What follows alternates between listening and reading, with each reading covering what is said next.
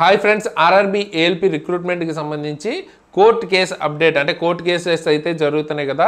And ఒక్క case అని కాదు, మనకి 2-3 కేసెస్ అయితే వేశారు. ఆ కేసెస్ గురించి అలాగే చాలామంది స్కామ్ జరిగింది అంటూ కూడా మనకి మాట్లాడుతున్నారు ఇంటర్నెట్లో. అలాగే మనకి ఎగ్జామ్కి సంబంధించి చాలా ఇష్యూస్ చాలామంది రైజ్ చేస్తున్నారు కదా, దాని మీద వీడియో చేయన్నా అని చాలామంది అయితే అడుగుతున్నారు. ఎప్పుడో చేయాల్సిన వీడియో కొంచెం లేట్ అయితే అయిపోయింది. హెల్త్ కూడా కొంచెం బాగాలేదనమాట, అందుకని లేట్ అయింది. అండ్ ఇక్కడ మనకి వరుసగా కోర్ట్ కేసు అప్డేట్స్ కూడా చాలా వస్తున్నాయి, గ్రూప్ డి అని ఇదని అదని. సో మనం క్లాసెస్ మీద కంటే వీటి మీద ఎక్కువ ఫోకస్ చేయాల్సినంత రేంజ్లో మనకి ఇవన్నీ వస్తున్నాయి అనమాట.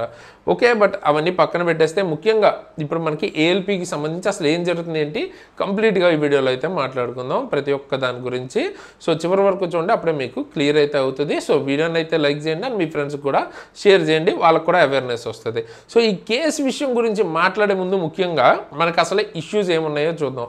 సో ఫస్ట్ మనకి టీ స్కోర్లో నెగిటివ్ స్కోర్స్ వచ్చాయన్నమాట. ముఖ్యంగా 1, 2, 3 ఇలా బ్యాటరీస్ ఉన్నాయి కదా, అందులో ఫస్ట్ బ్యాటరీలో నెగిటివ్ స్కోర్ కానీ -6, నెగిటివ్ సమ్ వాల్యూ -1 కానీ 0 ఇలా వచ్చిందన్నమాట. ఏది మిగతా బ్యాటరీస్లో కొంచెం మంచి స్కోర్సే వచ్చాయి, 40, 50 అట్లా వచ్చాయి అన్నిట్లోనూ. బట్ ఒక దానిలో మాత్రం ముఖ్యంగా టెస్ట్ 1లో చాలా తక్కువ స్కోర్స్ అయితే కొంతమందికి వచ్చాయి. సో దీని గురించి మీకు ఆల్రెడీ ఇష్యూ కూడా తెలుసు. ఇంతకుముందు టెస్ట్ 1లోనే చాలామందికి హ్యాంగ్ అయ్యింది, ఎగ్జామ్లో హ్యాంగ్ అయిందని సెపరేట్గా వేరే రోజు 31st ఎగ్జామ్ కూడా పెట్టారు వాళ్ళకి. సో అయినా కూడా కొంతమందికి ఏంటంటే మీకు ఇష్యూ ఏం రాలేదు, లాక్స్ చెక్ చేసామన్నారు. అయినా కూడా కొంతమందికి ఇట్లా స్కోర్స్ అయితే తక్కువ వచ్చాయి అనమాట. వాళ్ళు చెప్పేది ఏంటంటే ఎక్కువ మంది మిగతావి అంటే మేము బాగానే రాసాం అయినా కూడా తక్కువ వచ్చింది అన్నట్టు వాళ్ళు క్లెయిమ్ చేసుకుంటున్నారు అనమాట. సో ఇప్పుడు మనకి ఏది కరెక్ట్ ఏది రాంగ్ అన్నది తెలియడానికి ఇది రెగ్యులర్ ఎగ్జామ్లా కాదు. రెగ్యులర్ ఎగ్జామ్లో మీకు ఆన్సర్ కీ అన్నది ఇచ్చేస్తారు కాబట్టి మీరు పెట్టింది మ్యాచ్ చేసుకుంటారు. సో ఇక్కడ మనకి దీన్ని మనం ప్రూవ్ చేయడం కూడా కొంచెం కష్టం అనమాట, ఎందుకంటే దీనికి ఆన్సర్ కీ అన్నది ఇవ్వరు. బట్ చాలామంది అయితే ఈ ఇష్యూ మెయిన్గా చెప్తున్నారు. అసలు ఇంకోటి నెగిటివ్ స్కోర్ అసలు వస్తుందా రాదా దాని గురించి కూడా చాలామందికి డౌట్ ఉంది, అది కూడా మాట్లాడుకుందాం. అండ్ దాని మీద రైల్వే కూడా ఒక అప్డేట్ కూడా ఇచ్చింది. అలాగే టీ స్కోర్ మెథడాలజీలో కూడా అంటే షిఫ్ట్ వైజ్ తీసుకున్నారా, 2 ఎగ్జామ్స్ 2 డేట్స్లో జరిగాయి కదా. సో ఇప్పుడు 2 డేట్స్కి సిమిలర్ టెస్ట్ బ్యాటరీస్ కండక్ట్ చేశారు, వాళ్ళకి ఎక్కువ టైం దొరికింది, వాళ్ళకి ప్రాక్టీస్ ఉంది, అంటే ప్యాటర్న్ ఎలా ఉంటుందో తెలిసింది. సో వాళ్ళకి కొంచెం ఎక్కువ స్కోర్ వస్తుంది. సో నార్మలైజేషన్ చేశారా, ఇట్లాంటి చాలా ఇష్యూస్ అయితే ఉన్నాయి. అండ్ చాలామంది అయితే రైజ్ చేస్తున్నారు. దాని మీద మనకి రైల్వే బోర్డు అయితే ఒక అప్డేట్ అయితే ఇచ్చింది, కానీ దానిలో మనకి ఎంతవరకు క్లారిటీ వస్తుంది అన్నది చూద్దాం. సో మనం రాంచీ బోర్డుకి సంబంధించి ఈ వెబ్సైట్ కనుక వచ్చినట్టయితే ఇక్కడ 10th FAQs on CBAT for the post of loco pilot అని ఒక అప్డేట్ అయితే రిలీజ్ చేశారు. సో అదొకటి చూపిస్తాను చూడండి. అందులో ఏమి ఇచ్చారంటే, సో ఇలాంటి ఒక అప్డేట్ అయితే ఇచ్చారన్నమాట. అందరూ కన్సర్న్డ్ క్యాండిడేట్స్ ఎవరైతే ఉన్నారో వాళ్ళందరూ ఈ FAQని చదవండి. RDSO వెబ్సైట్లో మేము ఆల్రెడీ ఇచ్చాము. ముఖ్యంగా ఈ లింక్ ఇచ్చి ఆ లింక్లో ఉన్న PDFని చూసి అందులో క్వశ్చన్ నెంబర్ 5ని చదివితే మీకు ప్రాసెస్ మెథడాలజీ క్యాలిక్యులేషన్ ఏమి యూజ్ చేసాం టీ స్కోర్కి, అలాగే కాంపోజిట్ టీ స్కోర్కి, అవుట్ ఆఫ్ టోటల్ 30 ఇవన్నీ అందులో మీకు కనిపిస్తాయని అయితే చెప్పారు. సో ఆ లింక్ కూడా ఓపెన్ చేద్దాం, మీకు క్లారిటీ వస్తుంది. సో ఇదే మనకి ఆ PDF అండ్ 5th క్వశ్చన్లోనే ఉన్నాం ఇప్పుడు మనం. ఇక్కడ మనకి ఫార్ములా ఒకటి ఉంది, అండ్ అది క్యాలిక్యులేషన్ ఎలా ఉంటుంది, ఎలా చేశారు ఏంటి అన్నది ఉంది. బట్ జనాలకి ఇక్కడ మెయిన్ డౌట్ ఏంటి, ఇక్కడ మీకు ఎక్స్ కానీ మీన్, ఎక్స్ అంటే మీకు వచ్చిన స్కోర్ అది ప్రాబ్లం లేదు. ఇక్కడ మీన్ కానీ SD కానీ మీరు ఏం తీసుకున్నారు అంటే షిఫ్ట్ వైజ్ తీసుకున్నారా, లేకపోతే ఓవరాల్గా మొత్తం 15th 31st 2 కలిపి తీసుకున్నారా, దాని మీద క్లారిటీ లేదు. ఎందుకంటే ఇందులో ఎక్కడ మీకు షిఫ్ట్ వైజా అదేమీ లేదనమాట.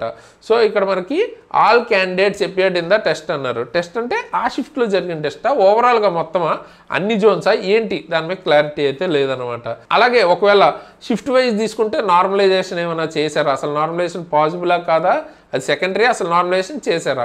సో ఈ డౌట్స్కి ఇక్కడ మనకి క్లారిటీ రావట్లేదు అనమాట. రైల్వే నుంచి ఇంకొంచెం బెటర్ క్లారిటీ అయితే ఎక్స్పెక్ట్ చేస్తున్నారు స్టూడెంట్స్, ఇంకొంచెం బెటర్గా. అసలు ఎందుకంటే ఇక్కడ దాకా లాస్ట్ దాకా వచ్చి లాస్ట్లో పోగొట్టుకోవడం అన్నది చాలా బాధగా అనిపిస్తుంది.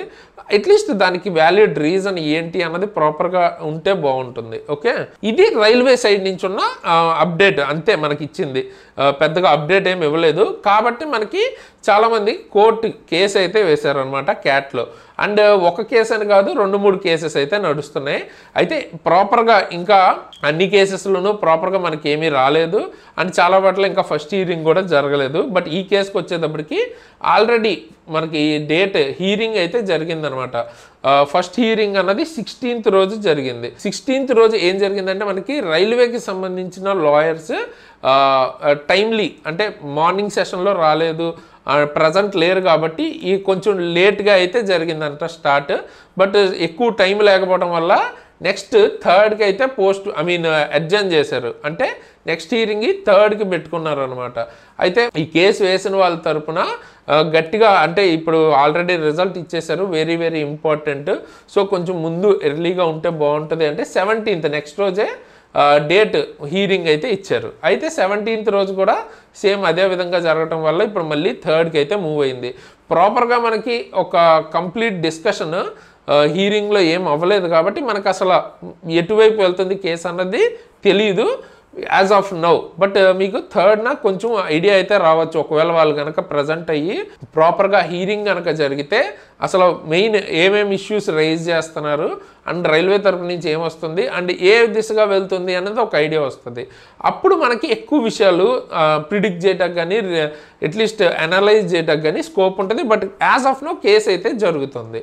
ఓకే, సో ఇప్పుడు దాకా ఉన్న అప్డేట్ అయితే కేసు అయితే వేశారు. ఓకే, ఇప్పుడు మెయిన్గా చాలామందికి ఉన్న డౌట్ అంటే ఆల్రెడీ పాస్ అయిన వాళ్ళకి కానీ డీవీ జరుగుతున్న లిస్టులో ఉన్న వాళ్ళకి కానీ ఉండే డౌట్ ఏంటి, సో దీనివల్ల మనకి ఏమైనా మళ్ళీ రిజల్ట్ అన్నది ఆగిపోతుందా, రివైజ్డ్ రిజల్ట్ ఇస్తారా, ఇట్లా ఉంటుంది. ఆర్ మనకి కేసు వేసిన వాళ్ళ వైపు కానీ లేదు ఇష్యూ ఇలాంటి ఒక స్కామ్ జరుగుతుంది దాని మీద అడుగుతున్న వాళ్ళకి కానీ ఏమనిపిస్తుంది, వాళ్ళు కానీ రివైజ్డ్ రిజల్ట్ అయితే డిమాండ్ చేస్తారు కదా. రివైజ్డ్ రిజల్ట్ వస్తుందా లేదా అంటే మనకి ముఖ్యంగా ఈ కోర్టు కనుక రిక్రూట్మెంట్ మీద స్టే ఇస్తేనే మీకు అటువంటిది అంటే ఈ స్టే ఇస్తేనే ఈ డీవీ కానీ లేకపోతే మెడికల్ కానీ ఆగుతుంది. ఒకవేళ స్టే ఇవ్వకుండా కంటిన్యూ అయిపోతే మాత్రం మీకు యాజ్ ఇట్ ఈజ్ మొత్తం ప్రాసెస్ అయితే వెళ్తూ ఉంటుంది, ఈ కోర్టు కేసు జరుగుతుంటుంది ఫైనల్ హీరింగ్ వరకు. ఓకే, వన్స్ మీకు ప్యానల్లో కనుక నేమ్ వచ్చేస్తే మోస్ట్లీ మళ్ళీ రివైజ్ చేసే ఛాన్సెస్ చాలా తక్కువ ఉంటాయి. అండ్ ఇక్కడ మెయిన్గా గుర్తుపెట్టుకోవాల్సింది ఏంటంటే జెన్యున్గా ఎవరైతే ఎగ్జామ్స్ పాస్ అయ్యారో మోస్ట్ ప్రాబబ్లీ వాళ్ళు ఎవరికి ఇష్యూ రాదు. ఎందుకంటే కొంచెం లేట్ అయినా కూడా మీరు అందరికీ కూడా ఇప్పుడు మీకు కోర్టు కేసు అటు వచ్చినా ఇటు వచ్చినా కూడా పాస్ అయిన వాళ్ళకైతే మ్యాక్సిమం ప్రాబ్లం అయితే రాదు, ఎందుకంటే ప్యానల్లో అయితే ఉంటారు. అండ్ వన్స్ మనకి కోర్టు హీరింగ్లో కనుక రివైజ్డ్ రిజల్ట్ వైపు కానీ స్టే వైపు కానీ వెళ్తే అప్పుడు మీకు రివైజ్డ్ రిజల్ట్ కానీ అవి చూసే ఛాన్స్ ఉంటుంది.